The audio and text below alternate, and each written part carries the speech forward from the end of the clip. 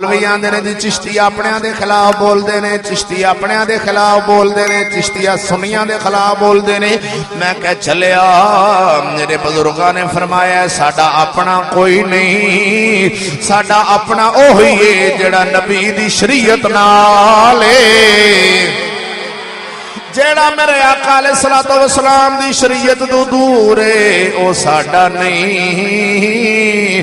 ہن ادھر ویکھ او آندا جی میں مسلمان ہاں، فیصلہ میرے حق وچ ہونا چاہیدا سی، اے تے کافر دے حق وچ نبی نے فیصلہ کر چھڈیا اے تے میں اپنا واں اے بیگانہ ویں، اونوں اے نہیں پتا کہ نبی دی بارگاہ وچ فیصلہ حق تے ہوندا وے، ایتھے اپنا بیگانہ نہیں ویکھے جانا، جڑے پاسے حق ہوے فیصلہ ادھر ہو جاندا اے۔ تے حضرت عمر کہندے نے ٹھہر جا پھر میں فیصلہ ہونے کرنا وا۔ آپ اندر گئے نے، گھروں تلوار کٹ کے لے آئے نے، جڑا کلمہ پڑھن والا سی اوندا سر وڈ کے آندے نے، او جڑا میرے نبی دا فیصلہ نہیں مندا عمر دا اون دے واسطے اے ہوئی فیصلہ وے، جیڑا رسول دے فیصلے نو نہ مننے۔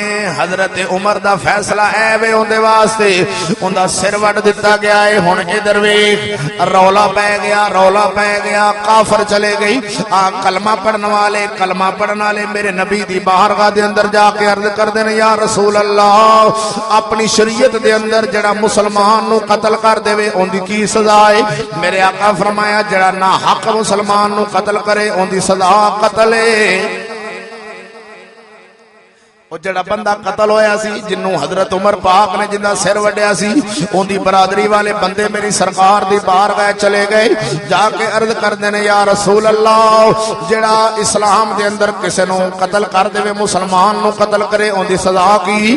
میرے آقا فرمایا ناحق قتل کرن والے دی سزا قتل ہے۔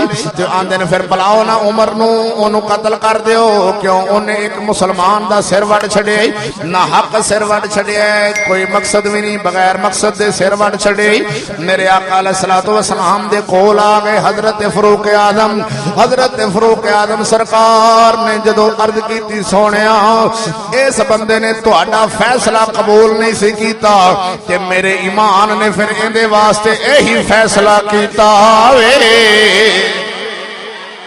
میرے آقا نے فرمایا لوگوں سن لو، عمر نے کسے مسلمان نو قتل کیتا نہیں۔